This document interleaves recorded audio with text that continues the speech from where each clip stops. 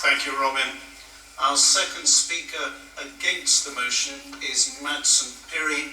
Madsen is president and founder of the Adam Smith Institute, the free market think tank. Madsen, your time starts now. Okay. Well, like many public figures who leave a legacy, either in their writings or their deeds, Karl Marx was sometimes right and sometimes wrong. Everyone is, barring Edward Heath. I'm going to concentrate on some of the things Marx was wrong about, because they're relevant to the motion, and also it's actually more fun. He was wrong to predict that history would take us to the inevitable triumph of the proletariat and then stop. History shows no signs of doing either. Marx was also wrong to suggest that this would happen first in the most advanced economies as they reached the final stage of capitalism. In fact, such revolutions as took place came in less developed countries, less developed economies such as Russia and China. It has not happened in the advanced economies, and this could be because Marx was wrong about something else. He predicted that capitalism would drive down wages to survival level before its final denouement. But in fact, as economies became more advanced, both wages and living standards rose to levels not even dreamt of in Marx's day, and this seems to have lowered somewhat the pressure for revolutionary violence and change. Marx was also wrong about something very much more fundamental. He was wrong about change. And I don't just mean he was wrong about the changes that would come about. More fundamentally, he was wrong about how change takes place. He took the Hegelian model of change. Now, to the philosopher Hegel, change comes about in staccato triangles. A state of affairs nurtures its opposite, and from the violent clash between them, a new state of affairs emerges. Thesis, antithesis, synthesis. Violence is at the very core of it, and hence Marx's commitment to revolution. The folly is that Marx was a contemporary of Darwin. He read Darwin's Origin of Species. He actually admired Darwin's account of the origins of humankind. He failed, however, to spot the significance of Darwin's theory of change and to incorporate it into his own program. Darwin advanced a gradual mechanism of change in which small differences gradually come to dominate over time. It is evolutionary, not revolutionary, and it's a much more accurate description of how change usually happens in human societies. Much more accurate than was Hegel's account. Indeed, Darwin was right and Hegel was wrong. This, of course, means that Marx was also wrong about change and wrong about how capitalism would develop. The point is that capitalism changes and evolves. It has been through many transformations. The capitalism that Marx thought would collapse under its own contradictions is not the capitalism of today, the one that the motion refers to. In the material world, organisms evolve, they respond to crises, and they change. A similar thing happens with our social practices. They evolve and adapt to new circumstances. Capitalism has faced many crises. Each time it has evolved and changed. Each time a new form of capitalism has emerged to solve the problems its predecessor faced. This is how human beings progress. We solve our problems by adapting our practices. Yes, capitalism certainly faced a crisis in 2008, but it's still with us and as yet uncollapsed. It's evolving and responding to the changes that are needed.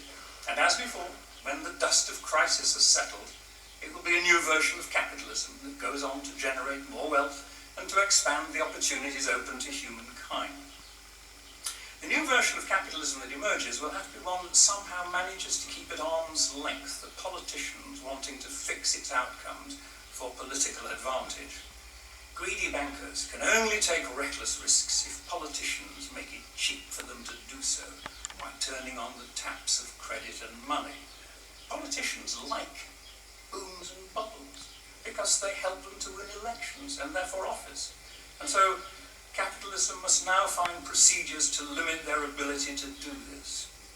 Those whose greed is for power are no less deadly than those whose greed is for gain. Both need rules to circumscribe their scope for action.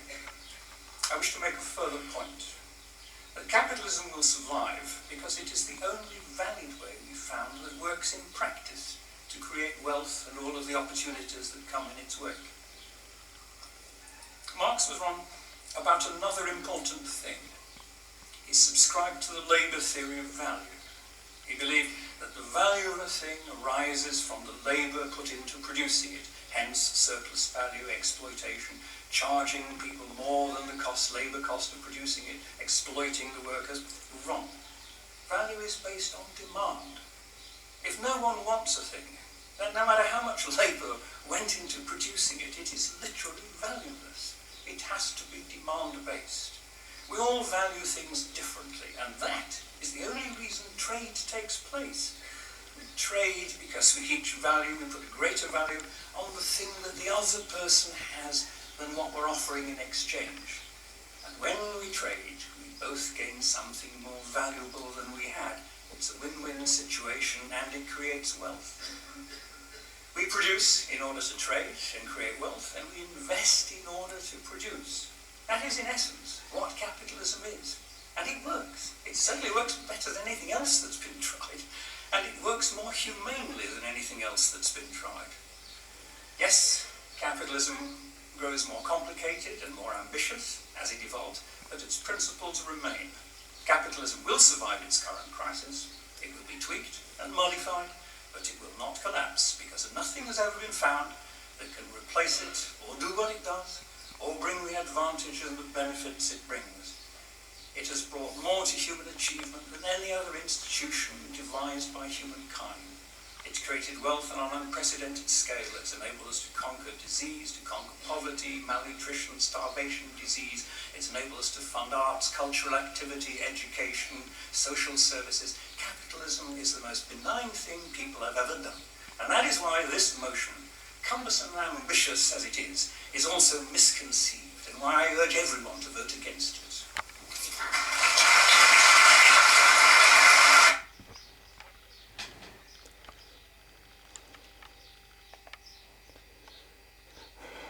I'll let him sit down first. All right. This video was made 7 years ago, 2013. Since then, we are at the point of a global pandemic. Coronavirus, COVID-19. I don't really know where to start and where to finish. Probably might be a sort of a laughing matter, perhaps, and he made it look serious. The most benign system, he says, is capitalism, because produced so much and wealth for the people and helped to increase and evolve all those branches of civilization, medicine, athletics, education, arising from the poverty.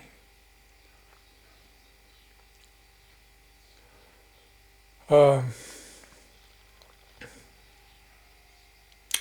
system thinks, he says, progressing in evolution, not in revolution. Well, this is all rhetoric.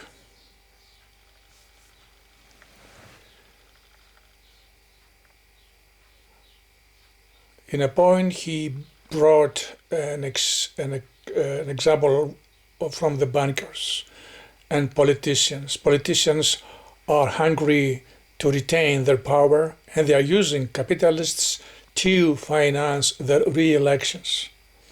If it were not for greed, he says, things would be better. Well, this is an antithesis to logic, because the value of capitalism is growth and a mass of wealth, no matter what. Growth is being manifested as endless growth,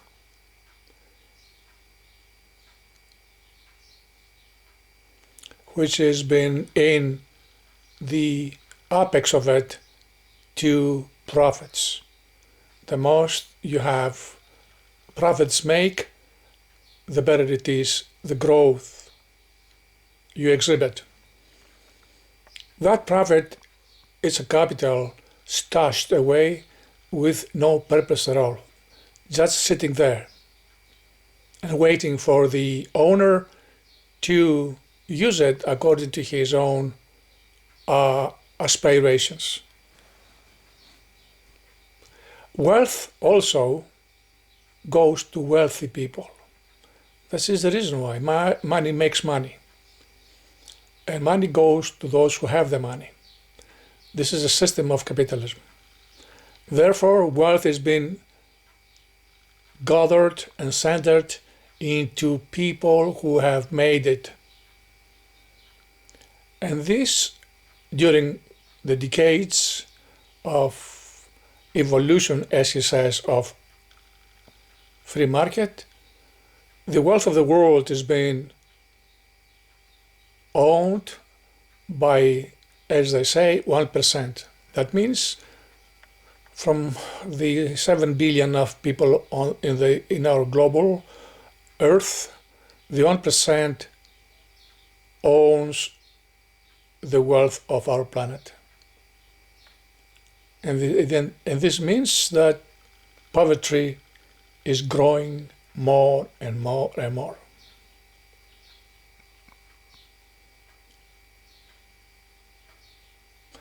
He says there is not a better method of people to use it for generating wealth. Is the purpose of man to generate wealth beyond his needs? What's the reason of making money when this money first is being used according to the willful thinking and psychocentric ideas of a man, to use his money to invest on whatever he thinks on. It is good for you, it's good for him, which will generate more money.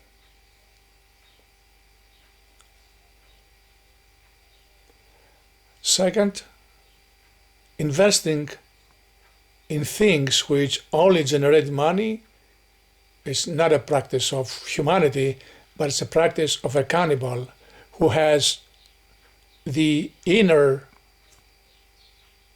desire to become powerful, to have money, piles of money.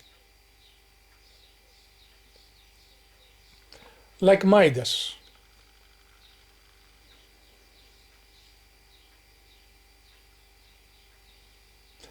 What's the purpose of humanity?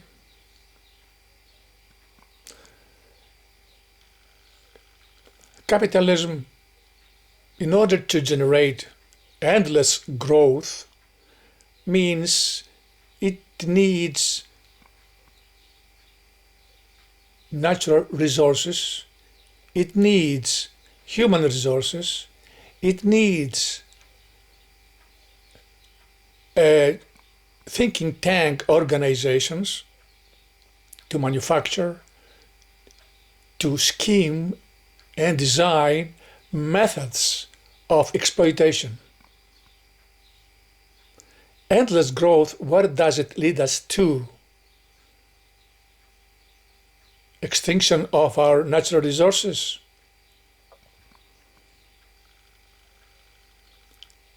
Ownership of natural resources and then exchange for monetary exchanges, for people to pay for them, for the water he drinks, for the energy he consumes.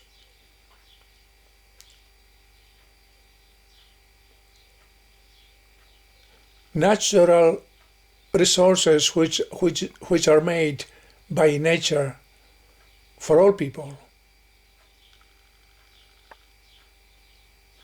Nature which has never gave her consent to someone exclusively to use it for his own benefit.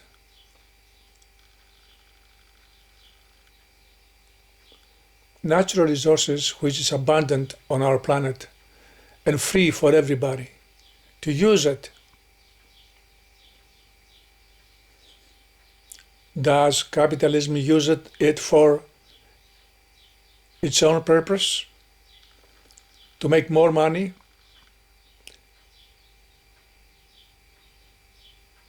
In exchange of people's poverty, desperation, and a miserable type of life?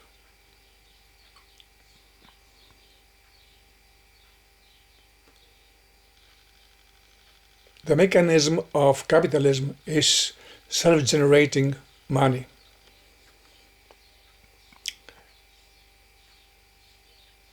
It is a method which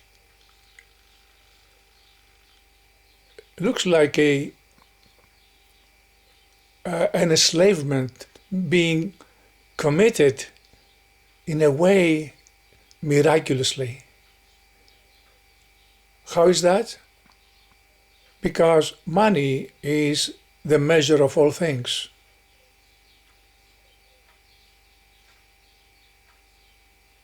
Gorgias says, man is the measure of all things. But our modern world has changed that. And since money is the moving source behind our livelihood and happiness, we are hooked on this system because the government, the agencies who are controlling the economy, they don't care if you can afford it to pay in order to sustain you in life.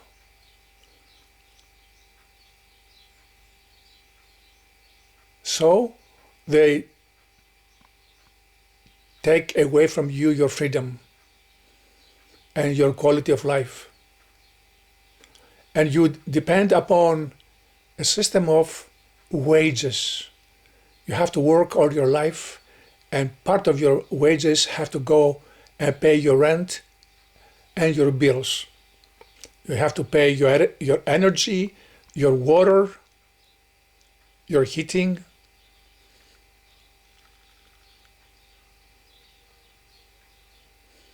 And what is left for you and for your family?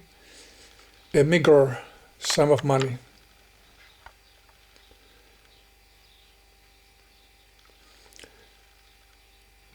Marx had an idea at his time, which if he says he was wrong in some things, those things which Marx was wrong are technical, like the value of a product, the value of workers produce.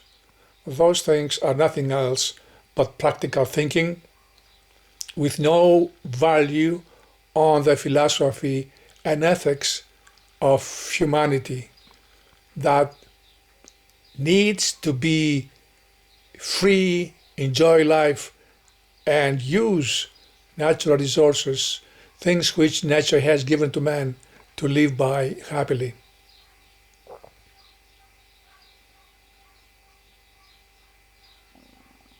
Capitalists with a huge sum of money, they invested in things which today humanity is enslaved and is in danger. They invest on paranoical, technological schemes,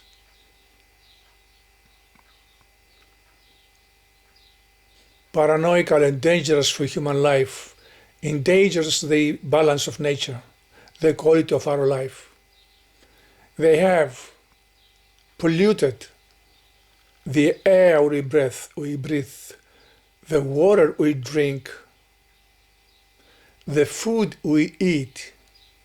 And how? Because they're using chemical nutrients for crops to grow faster.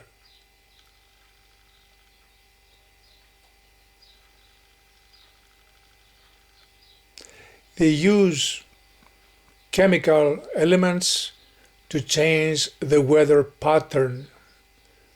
In consequence, our seasons have been disturbed. Atmosphere is polluted. We breathe toxics.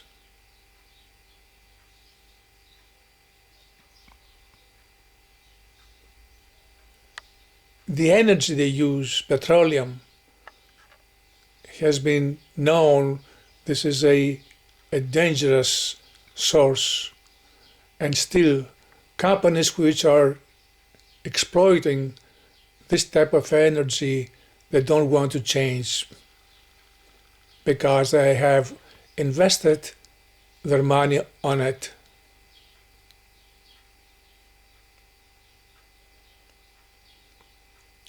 In all achievements of our technological age, all these achievements are detrimental to human beings, and it seems nobody can stop them.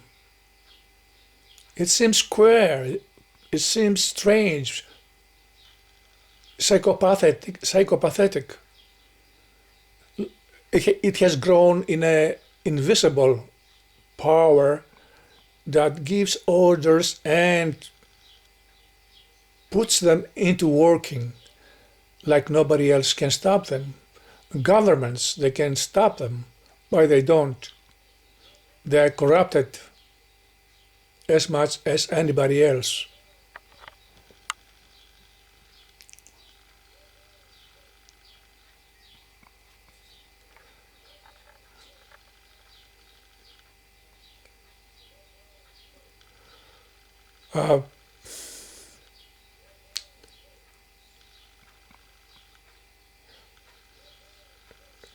You reach a point where you become speechless. One has to judge them by the measure of ethics. Technology is not for man. Technology can be expressed and be advanced to a point where man cannot go further because human limits ought to exist, and most of all, natural limits. The mechanism in life which keeps us in life and all the living beings on our planet. This mechanism in nature is self-sustainable. If we disturb it, then we'll have problems in readjusting.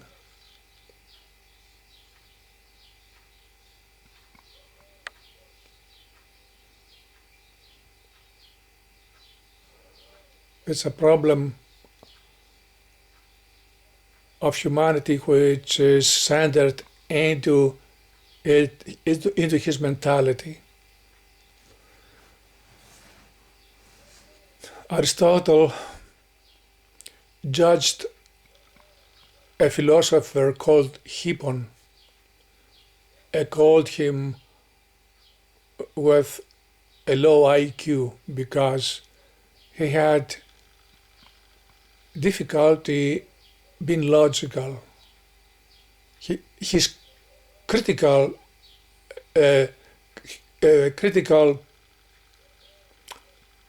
faculty was pretty low.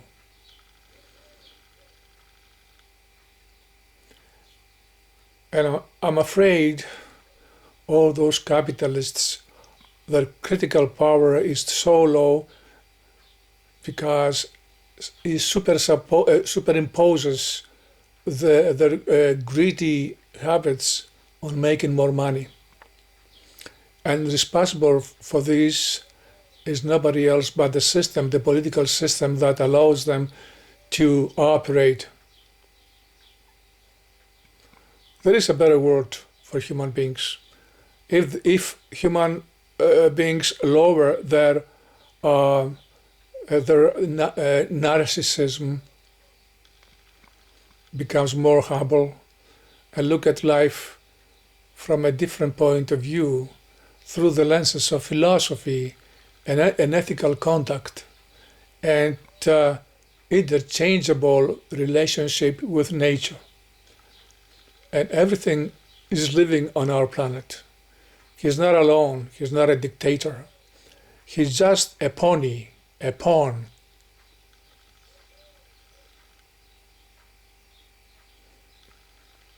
Which is moved along the board playing chess.